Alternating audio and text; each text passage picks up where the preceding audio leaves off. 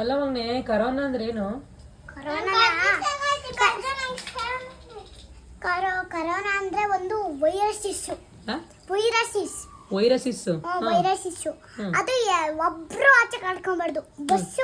ಒಂದು ಬಸ್ಸು ಬರಬಾರ್ದು. ಎಲ್ಲ ಮನೆ ಒಳಗಡೆ ಇರಬೇಕು. ಬಸ್ಗಳು ಆಚೆ ಬರಬಾರ್ದು. ಬಸ್ಗಳು ಬಸ್ ಸ್ಟ್ಯಾಂಡಲ್ಲೇ ಇರಬೇಕು. ಒಂದು ಬಸ್ ಓಡಾಡಿದ್ರೆ ಕರ್ಕೊಂಬಂದು ನಮ್ಮನ್ನ ಇಟ್ಕೊಂಡು ಹಾಸ್ಪಿಟಲ್ ಸೇರ್ಸ್ಕೊತೀವಿ.